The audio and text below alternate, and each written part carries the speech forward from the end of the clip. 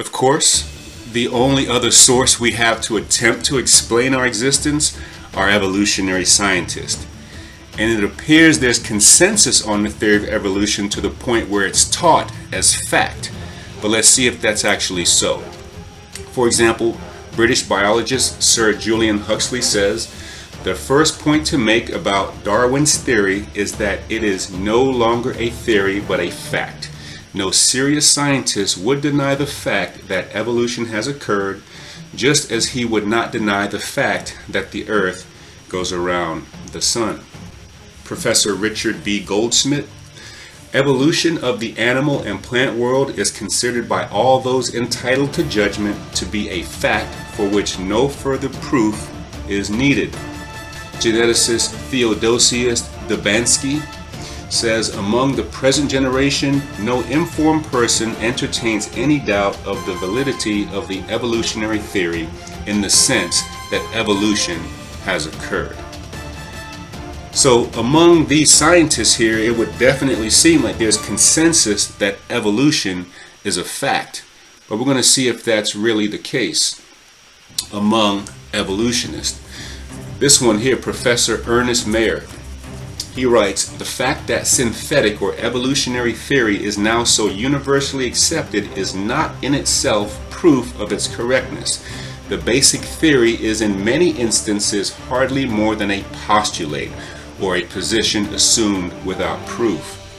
Author Charles Singer writes, "Evolution is perhaps unique among major scientific theories in that the appeal for its acceptance is not that there is evidence for it, but that any other proposed interpretation is wholly incredible." And here geneticist and Professor Thomas Hunt Morgan writes, "Within the period of human history, we do not know of a single instance of the transmission of one species into another. Therefore, it may be claimed that the theory of descent is lacking in the most essential feature, that it needs to place the theory on a scientific basis. This must be admitted." So it would seem to me that presenting the theory of evolution as agreed upon fact is misleading at best. Let's look at what world-renowned entomologist W.R. Thompson writes. "As we know, there is a great divergence of opinion among biologists, not only about the causes of evolution, but even about the actual process. This divergence exists because the evidence is unsatisfactory and does not permit any certain conclusion. It is therefore right and proper to draw the attention of the non-scientific public to the disagreements about evolution. But some recent remarks of evolutionists show that they think this unreasonable. This situation, where men rally to show the defense of a doctrine they are unable to define scientifically, much less demonstrate with scientific rigor, attempting to maintain its credit with the public by the suppression of criticism and the elimination of difficulties, is abnormal and undesirable in science." And that's often what we see, is information, scientific facts that get suppressed to the point where there's no opposition and everything is presented and promoted and accepted as scientific fact.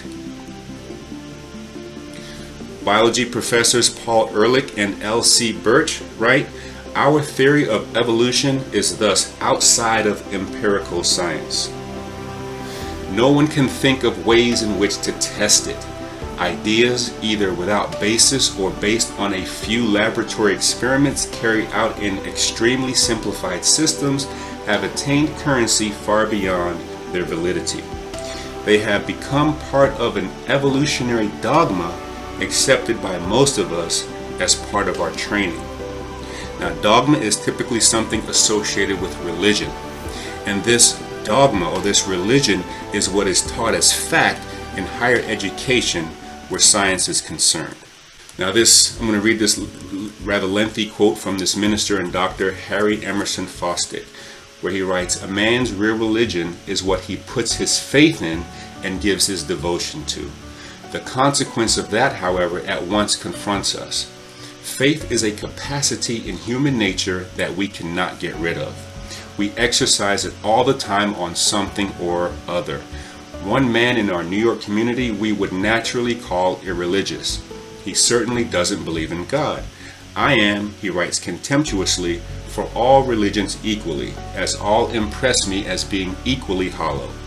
But just at the point where we begin to think, here is really an irreligious man, he says this: to me, pleasure and my own personal happiness are all I deem worth a hoot.